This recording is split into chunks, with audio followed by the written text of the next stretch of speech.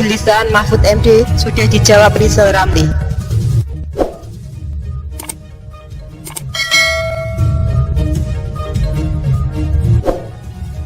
Menko Polhukam Mahfud MD mengungkapkan 92% calon kepala daerah dibiayai cukong. Akibatnya sudah bisa diduga calon kepala daerah terpilih akan melakukan korupsi kebijakan berbahaya. Korupsi kebijakan jauh lebih berbahaya dibandingkan dengan korupsi uang. Korupsi uang bisa dihitung, korupsi kebijakan akan membuat buntung. Korupsi kebijakan misalnya kemudahan berbisnis hingga mendapatkan proyek APBD secara cuma-cuma.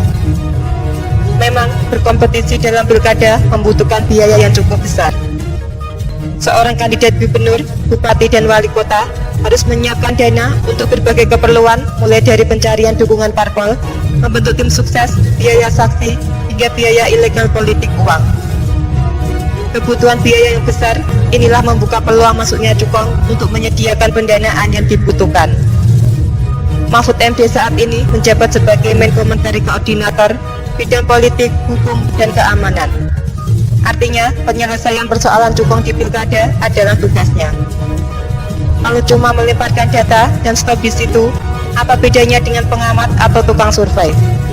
Mahfud MD harus membuat terobosan agar bangsa ini tidak dikuasai cukong. Di bidang regulasi, penghapusan ambang batas pencalonan bisa menjadi opsi atas berkuasanya cukong di ajang pilkada. Kalau banyak calon dan calonnya berkualitas, sang cukong akan mikir-mikir. Dan selama ini, keberadaan ambang batas menjadi ganjalan bagi kandidat potensial karena tidak memiliki pundi-pundi dan relasi dengan parpol. Keberadaan cukong dalam kontestasi politik sudah lama nyaring terdengar. Bahkan sekelas tokoh bangsa, Rizal Ramli sudah sering membeberkan ke publik. Atas permasalahan ini, ekonom senior itu sudah mengambil langkah terukur. Rizal Ramli bersama Abdurrahman Krisno dan didampingi kuasa mereka, pakar hukum tata negara Refli Harun, mengajukan gugatan terkait ambang batas pencalonan presiden atau Presidential Threshold atau PT Pilpres 20% yang ada dalam Undang-Undang Nomor 7 Tahun 2017 tentang Pemilu. Presidential Threshold atau ambang batas pendaftaran presiden sebesar 20% membuat ruang-ruang demokrasi dibatasi.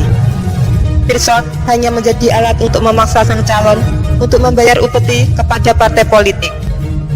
Mahar upeti itu bukan angka main-main dan saat ini sudah bergeser kepada kriminal, yaitu pemerasan. Rizal Ramli mengatakan untuk calon bupati atau wali kota harus mengeluarkan 10 miliar sampai 50 miliar rupiah. Calon gubernur 50 miliar hingga 200 miliar rupiah. Dan calon presiden 1 sampai 1,5 triliun rupiah. Angka-angka gede itu hanya untuk membayar upeti kepada partai-partai, belum lagi biaya lain. Lalu apa yang bisa diperbuat?